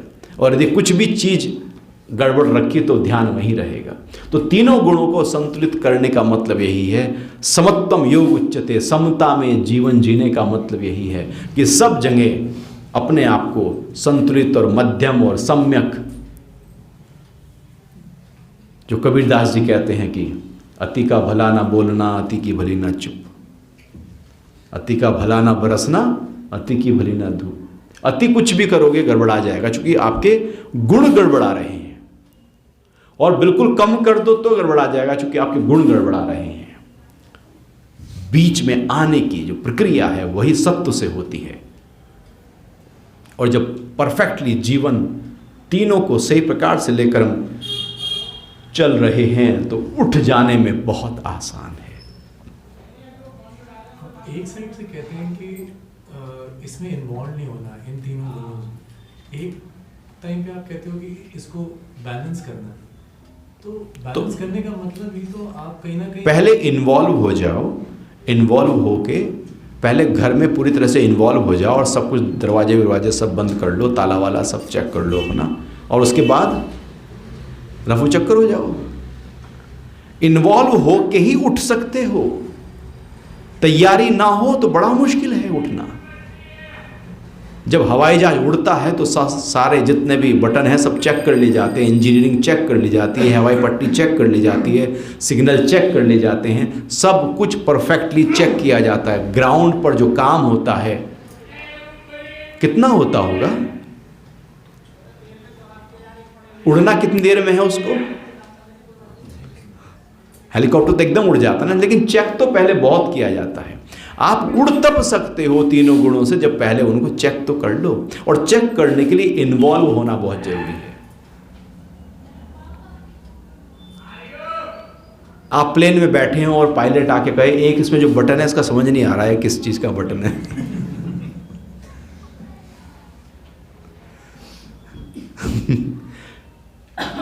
तो डरोगे या नहीं डरोगे? सैकड़ों बटन है वहां पर, छोटे छोटे है ना, बहुत सारे दिखा होगा, एक पूरा जो पैनल है। तो मतलब उसकी पूरी जानकारी है ना, कंट्रोल में है ना। तो सत्व रज तम तीनों गुणों को कंट्रोल में कर लो, उनको समझ लो, उनमें इन्वॉल्व हो जाओ, और जब पूरी तरह से इन्वॉल्व हो जाओ तो उठ जाओ। इसलिए कंपनी में भी पहले बहुत जूनियर बनाया जाता है और सब कुछ शिक्षा दे दी जाती है। यदि कंपनी का मालिक भी हो और उसका बेटा अभी MBA पढ़ के ही आया है तो सबसे पहले वो ये नहीं कहेगा कि तो भैया आज से MD, वो कहेगा पहले सब कुछ हर डिपार्टमेंट में जा, सब कुछ सीख समझ, बेहतर है कहीं और जॉब कर ले 1-2 साल के लिए, सब कुछ समझ, और अब उसका मालिक बन जा। और यदि समझा नहीं ग्राउंड को और मालिक बन गया तो सब लूट लेंगे। तो यदि हमने तीनों गुणों को समझा नहीं और लगे अध्यात्म की यात्रा करने में, तो जन्म बीत जाएगा, जन्म दर जन्म बीत जाएंगे। इसलिए भगवान कहते हैं कोई अकेला, कोई विरला जो मुझे प्राप्त होता है, बाकी नहीं हो पाते, क्योंकि गुणों में उलझ जाते हैं। तो जब इन्वॉल्व होना है तो इन्वॉल्व हो जाओ, और जब उससे पूरी तरह से ऐसे हो जाना है, उठ जाना है, तो उठ जाओ। उठ तभी सकते हैं जब इन्वॉल्व हुए इसलिए कि संतुलित कर लें कि रज में कितना जाना, तम में कितना जाना, सोना कितना, काम कितना करना, प्रार्थना और जो प्रकाश और जो ज्ञान की सब चीज़ें हैं, सुख में कितना जाना है, सब कुछ बैलेंस आप कर लो अच्छी तरह से। बैलेंस, संतुलित जीवन, संयमित जीवन आपका हो जाए, अब उठना आसान है। लेकिन ऐसा कोई जरूरी नहीं कि, लेकिन वो सहायक होता है। डाकू अंगुलीमाल तो तमगुण में था, वो एकदम न जाने कब हम गुणों से उठ सकते हैं, लेकिन वो एक स्पर्श चाहिए फिर मास्टर का, वो कृपा चाहिए जिसको ईश्वर प्रणिधान कहते हैं। वो परमात्मा की कृपा जब व्यक्ति के ऊपर आती है, जब वो सरेंडर होता है, वो भाव जब एकदम प्रदीप्त होता है, तो उसी समय वो कृपा एकदम प्रकट हो जाती है और व्यक्ति त्रिगुणातीत हो सकता है। तुलसीदास ऐसे ही हो गए थे, डाकू रत्नाकर ऐसे ही हो गए थे। किस चीज पे सरेंडर होना? जो हो रहा है, जैसा हो रहा है, जिस तरह से हो रहा है, वो बहुत अच्छा हो रहा है, उसको स्वीकार करो, परम स्वीकार करो और अपनी तरह से 100% दे दो, पूरे निस्वार्थ भाव से। जो भी कर रहे हो निस्वार्थ भाव से कर्म कर लो, वहाँ स्वार्थ न डालना, क्योंकि स्वार्थ डाला नहीं कि रजोगुण बढ़ा नहीं, क्योंकि स्वार्थ रजोगुण के कारण पैदा होता है और फिर उसमें दुख पैदा होगा। और जो कर्म कर रहे हो वो अज्ञानता से न करना, आधा अधूरे नॉलेज है तब ना करना, एक बटन आता नहीं है, पता नहीं ये कार में 3 तो हैं, ये नीचे दबाने वाले, एक का तो पता ही है ब्रेक है एक ये दूसरा ही पता है, तीसरे का नहीं समझ में आ रहा क्या है। तो ऐसे ड्राइवर के साथ बैठोगे क्या? वो पहले ही कह दे आपको, पायलट सर बस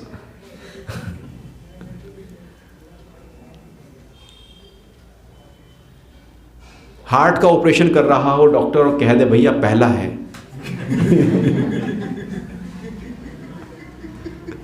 तो करवाओगे क्या? एक्सपर्ट होना है, उसमें उतर कर होना है, लेकिन वो उतरते ही रहो तो गड़बड़ है। तो इसका मतलब है कि हमने अभी सही समझा ही नहीं चीज को। अब ये थोड़ी है कि वो कंपनी का मालिक का बेटा, अब वो जूनियर काम ही करता रहा, 60 साल हो गए, वो मैनेजर ही कहीं बना घूम रहा है, भी ये सीख रहा है, वो सीख रहा है वो सीखा था उससे ऊपर उठ जाने के लिए। आप जो सीख रहे हो उससे ऊपर उठने के लिए सीख रहे हो, नॉट उसमें फंसने के लिए सीख रहे हो। तो सत्व रज तम को कंट्रोल करो, काबू में लाओ, व्यवस्थित करो, संतुलित करो और फिर उठ जाओ ऊपर। फिर जब उठते हैं तो वो सोता हुआ भी नहीं सोता। आप नींद में हो लेकिन नहीं हो, आप कर्म कर रहे हो लेकिन नहीं कर रहे हो, आप जो भी कुछ कर रहे हो लग रहा है कि कर रहे हैं, देखने वाला कहेगा कि कुछ कर रहे हैं, लेकिन वास्तविकता में हम कुछ कर नहीं रहे।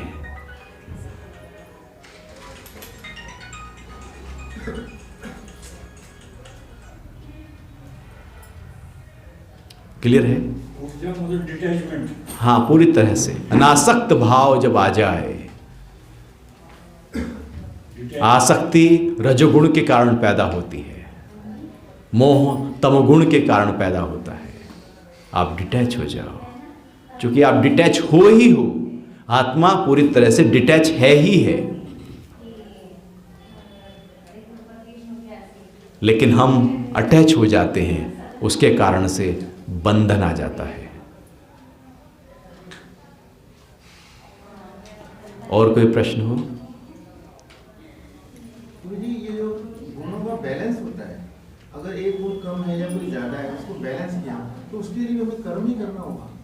नहीं, आप बैलेंस कैसे करो? मतलब बैलेंस आप जैसे सत्व गुण में आए वो अपने आप बैलेंस हो जाएंगे। मतलब कि आप यदि ज़्यादा सो रहे हो तो क्या करना है? रजोगुण को बढ़ाना है, तो बैलेंस करने की प्रक्रिया हुई ना। कि तराजू के दो पलड़े हैं, एक उठ रहा है तो क्या करोगे? उसमें कुछ डाल दोगे वही चीज़ तो बैलेंस हो जाएगी, या इधर से कुछ निकाल लोगे तो बैलेंस हो जाएगी। तो या तो उसको बढ़ाना पड़ेगा या उसे कम करना पड़ेगा, या तो रजोगुण को बढ़ाना पड़ेगा या तमोगुण को कम करना पड़ेगा। तो उसको बढ़ाना या उसको वो सत्व गुण के कारण से होगा। ये कर्म नहीं है ना? नहीं, अभी तो तीनों गुणों में तो कर्म हो ही रहा है। हाँ जी। कर्म को पहले परफेक्ट तो कर लो, तब कर्म से उठेंगे। यदि परफेक्शन ही नहीं आया, योगः कर्मसु कौशलम, कुशलता नहीं आई, तो फिर कर्म से उठ नहीं सकते। अभी तो एक कर्म हो रहा है क्योंकि आप बैलेंस कर रहे हो, लेकिन जब बैलेंस करना आ गया तो आप कर्म से और कर्म फल से ऊपर उठ गए। वो लेकिन वो कर्म जो है वो बैलेंस करने का कर्म है। बैलेंस करने का कर्म है। वो जो बैलेंस करने का कर्म है और उस गुण के बढ़ने पर उस गुण में रत रहने का जो कर्म है, दोनों में बहुत बड़ा अंतर है। बैलेंस करने के कर्म आपको ऊंचाइयों पर लेकर जाएगा, डिटैच करने में कोशिश करेगा, मदद करेगा, लेकिन उस गुण में रत होने पर वो आपको बांध देगा, अटका देगा, आसक्ति पैदा कर देगा, मोह पैदा कर देगा, दुख पैदा कर देगा। तो करना तो है, हम ही करेंगे। तो सत्व गुण को जितना, सत्व गुण को मतलब निश्चात्मिका बुद्धि जितनी प्रखर कर दो, विवेक को जितना जगा दो, ये सत्व और कुछ भी नहीं, विवेक को जगाने की प्रक्रिया है। और जैसे जीवन में विवेक का प्रादुर्भाव होता है, सत्व गुण का बढ़ोतरी होती है, आपको पता लग जाता है क्या करना है, क्या नहीं करना, कहाँ जाना है, क्या बोलना है, कितना देखना है, कितना सुनना है, कितना सोना है। विवेक सब कुछ आपका हर जीवन का हर मोड़ पर एकदम चेकलिस्ट की तरह वो काम करता चला जाएगा कि कहीं कुछ गड़बड़ ना हो। रजोगुण सबसे शायद ज्यादा जो लोग बुरे काम करते हैं उनमें ज्यादा होता है। वो लोग रातों को सोते ही नहीं, तो वो एक्सेस हो जाता है। कोई भी गुण जब एक्सेस हो जाए तो बांध देगा। वो तो रातों को सोएंगे ही नहीं, तो उससे वो जो वो दिनों को सोते हैं, फिर कम सोते हो। चोर दिन में ज़्यादा सोते हैं, अच्छी तरह से नींद लेते हैं कि चोरी करते हुए झपकी ना आए। ये भी उनकी ट्रेनिंग है। पता लगा चोरी कर रहे हैं और झपकी आ गई, चूँकि रात का समय तो है ही झपकी का। चूँकि न जाने कितने जन्म से लेकर रात को हम 12 बजे से और 2 बजे के बीच में सोए हैं हमेशा, इसलिए उस बीच में एक्सीडेंट सबसे ज़्यादा होते हैं। कार के ड्राइविंग के एक्सीडेंट वर्ल्ड वाइड सबसे ज़्यादा रात को 12 और 2 या 3 के बीच में हो जाते हैं, क्योंकि वो जो टाइम है वो पूरी तरह से गहरी नींद का समय था। और यदि हम ड्राइविंग कर रहे हैं तो वहाँ पर झपकी आने की संभावना, चूँकि वहाँ पर पूरी तरह से जो बॉडी मेमोरी है वो नींद वाली मेमोरी है, वो तम गुण का समय था, तो इसलिए वो दिन में उसको पूरा कर लेते हैं। लेकिन रजोगुण ही है तो रजोगुण को बढ़ा रहे हैं, तो तमोगुण के कारण से रजोगुण बढ़ रहा है। मतलब अज्ञानता और क्रूर कर्म कर रहे हैं और क्रूर कर्म में अपनी गति को बढ़ा रहे हैं, तो तम गुण प्रधान होकर रजोगुण सहयोगी हो रहा है तम गुण प्रधान, तभी तो अज्ञानता के कर्म हो रहे हैं। लेकिन नंबर 2 पर रजोगुण है और सत्वगुण बिल्कुल नीचे जो पहलवान है दबा पड़ा है। जो विचार हमारे आते हैं गुणों के आधार पर, हाँ बिल्कुल, आपका कौन सा विचार उठ रहा है उससे पता लग जाएगा कि आपके गुण कौन सा है। यदि आपका सत्संग आने का विचार हुआ तो कौन सा गुण है, और आपका घर में काम करने का मन हुआ तो, और आप कहते हो सो जाते हैं, तो कौन सा भाव प्रकट हो रहा है उससे समझ सकते हैं कि कौन सा गुण इस समय प्रबल हो रहा है। और जो गुण प्रबल हो जाता है फिर हम उसी में गति करने लगते हैं। और ऐसे में यदि उस गुण को सही प्रकार से करेक्ट हम कर लें कि अंदर उठा भाव कि इच्छा का कोई, वासना का कोई है ना, और हमने उसको सत्व गुण से बैलेंस कर लिया, इच्छा उठी और हमने उसको बैलेंस कर लिया, तो इसका मतलब है अब हम गुणों को बैलेंस कर रहे हैं। सत्वगुण में हम कम रहते हैं, रजतम में ही रह जाते हैं, और रजोगुण ज़्यादा बना रहता है, तो बैलेंस कर लिया। यदि बैलेंस करना आ गया तो समझो कि अब हम जो गुणातीत की अवस्था है उसको पा सकते हैं। जैसे रात में सोते सोते नींद खुल जाती है, फिर उसमें अगर ईश्वर का नाम लो या लो तो सतोगुण में आ गए, तो सतोगुण में आ गए, तो अभी रजोगुण आ गया ना, बढ़ गया। नींद खुली, नींद आई तमोगुण से, नींद खुली ऐसे, नींद खुलने की जो प्रक्रिया है, जाग की जो प्रक्रिया है वो सतोगुण है। लेकिन वो सतोगुण किस कारण से हुआ? रजोगुण चल रहा था भीतर, तो उसने तमगुण दबने लगा, रजोगुण बढ़ने लगा, सत्वगुण से नींद खुल गई, और नींद खुल गई और मन में हमारे विचार ही चल रहे हैं लगातार, तो रजोगुण जागा हुआ है। तो कई बार नींद खुलने के बाद में फिर नींद आती नहीं आती ना, क्योंकि मन चल रहा है बहुत। तो ऐसे में यदि शरीर से कुछ गति कर लो, उस रजोगुण को अच्छी तरह से यूज कर लो, तो आप तमगुण में जा सकते हो। इसलिए उस समय यदि बिस्तर पर पड़े रहे तो आप करवट ही बदलते रहेंगे। बेहतर है उठकर थोड़ा सा आप पानी पे आए, बाथरूम हो आए, गति दे दी आपने और उसके बाद लेट गए, तो आपने स्थूल रूप से रजोगुण यूज़ किया और फिर लेट गए। और यदि रजोगुण यूज़ नहीं किया पूरे दिन, कई बार ऐसे होता है जो लोग कम एक्टिविटी करते हैं दिन भर, तो रात को नींद अच्छी नहीं आती, क्योंकि एक्टिविटी रजोगुण यूज़ नहीं था, और रात भर फिर वो रजोगुण सूक्ष्म रूप में चलता रहा।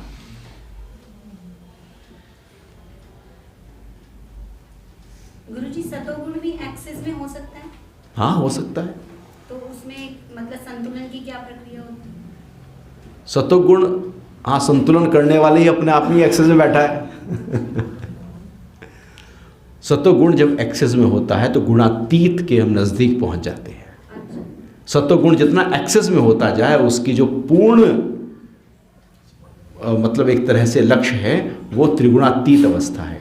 सत्वगुण जो पूरी तरह से बढ़ता जाए, ये संप्रज्ञात समाधि और एकदम असंप्रज्ञात समाधि में हम आ जाते हैं। उसी सत्वगुण को बढ़ाना है, मतलब संतुलन की प्रक्रिया को इतना महीन करते जाओ, विवेक को इतना जगाते जाओ, इतना जगा दो, इतना रिफाइन, डबल रिफाइन कर दो उसको, कि वो बता दे कि ये प्रकृति है और ये पुरुष है, ये आत्मा है और ये प्रकृति है, ये अज्ञान है, ये ज्ञान है।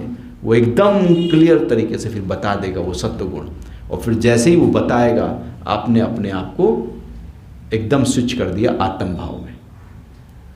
तो यही काम होता है विवेक ख्याति का, ऋतंबरा प्रज्ञा का, यही काम है विवेक का। सत्वगुण की बढ़ोतरी होने पर जब बढ़ता जाए तो उसकी पूर्ण परिणति मोक्ष में हो जाती है।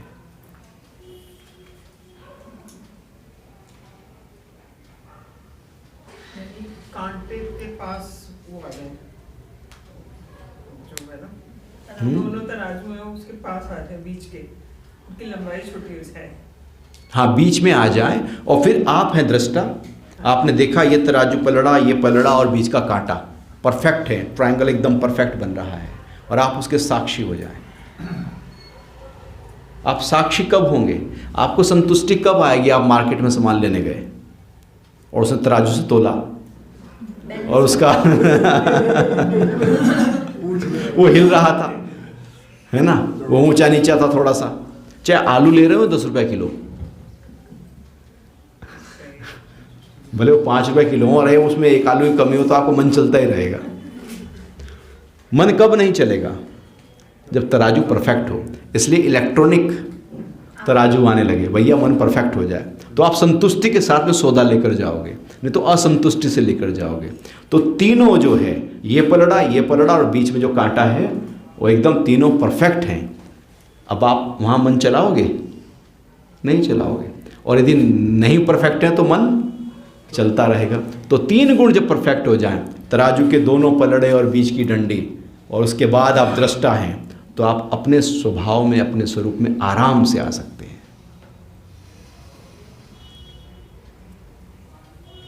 इसे गुरुजी हम ऐसे भी कह सकते हैं कि तराजू की डंडी जो है वो एक स्टेज पर आके सीधी ना होकर ऐसे हो जाए कि हमारी जो सत्वगुण है वो इतना ऊपर उठेगा कि रज और तम उसी की बिल्कुल सीधे में आ जाए। बिल्कुल, हाँ, बिल्कुल।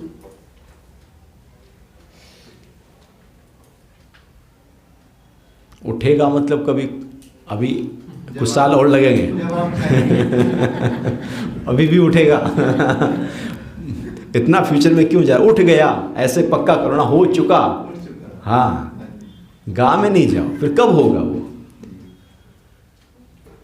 वो तो बीत रहा है ना, सब कुछ तो बीत ही रहा है ना। बीती सो जितनी बीती उसका तो गम नहीं है। अभी जो है बस अभी राइट नाउ बस हो गया, मैं आ गया उस भाव में, त्रिगुणातीत हूँ मैं, मुक्त का अभिमानी हूँ मैं, बस अब आ गए उसी भाव में। अब न जाने कब होगा, ये तो आसुरी संपदा के लक्षण हैं। अभी इतना धन हो गया है, इतना धन होगा, अभी कुटुंब है, अब बड़े कुटुंब वाला हो जाऊंगा, मेरी कीर्ति अभी इतनी है ना, फिर बढ़ जाएगी। अभी फेसबुक पे लाइक्स इतने आते हैं और कल को ज़्यादा आने लगेंगे। ये जो है कल को होगा, कल होगा, इसको आसुरी संपदा का लक्षण कहा है, ये दैवीय संपदा का लक्षण नहीं है। अभी बस हो गया, मैं उसी भाव में टिक गया। कौन सा ठीक है? मैं त्रिगुणातीत हूं या त्रिगुणातीत हूंगा? हूं तो अभी हूं, डिक्लेयर कर दो मैं आत्मा हूं, उसी भाव में हूं। आपने डिक्लेयर किया नहीं और मैसेज पहुंच गया मन को, बुद्धि को, अहंकार को, इंद्रियों को, मैसेज पहुंच गया हर सेल में, चूंकि आपने इतनी दृढ़ता के साथ वो मैसेज लिया है। वो मैसेज कितनी दृढ़ता से लिया गया है, वो संकल्प कितनी दृढ़ता से लिया गया है, ये महत्वपूर्ण है। इतनी दृढ़ता से हो, इतनी दृढ़ता से हो कि वो रोम रोम में वही संकल्प दौड़ने लगे, तो बात बन गई। और हमारे संकल्प आधे अधूरे, ढीले पीले, अभी कहेंगे कि मैं मुक्त हूँ, फिर कहेंगे घर जाके कितना बंधन है, तो झंझट ही झंझट है, ये भी काम पेंडिंग, वो भी काम पेंडिंग। तो हमने अपने ही स्टेटमेंट को कमज़ोर कर देते हैं, अपने ही भाव को, अपने ही संकल्प को हम कमज़ोर कर देते हैं, अपनी धारणा को वीक कर देते हैं, इसलिए कहीं पहुंच नहीं पाते। और पक्का करो और इसी भाव को पक्का करो, और इसके अलावा कोई संशय इसमें आए ही ना। बात बन गई। हरिओम।